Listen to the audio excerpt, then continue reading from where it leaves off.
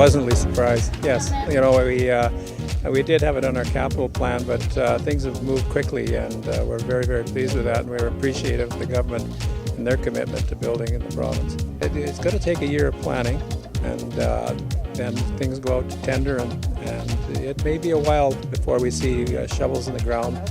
But MLA Babcock felt that the year 2022-23, we may see a new building.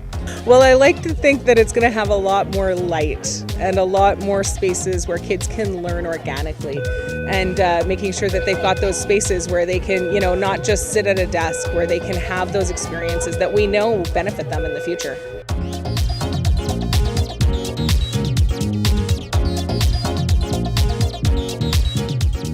This is a huge success story in the sense that kids get to stay in our school, we don't have to disrupt the students, and we can build the school easily and move the kids in. Modernizations are tough to go through, so maybe that did help. Do I know that for sure? No.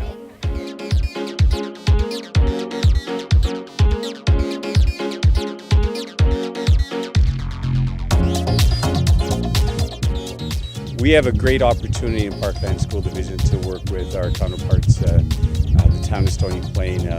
Mayor William Choi and their CEO Tom Goulden are very receptive and supportive of us looking together how we can partner in this area and create even something bigger than a new school for Stony Plain Central.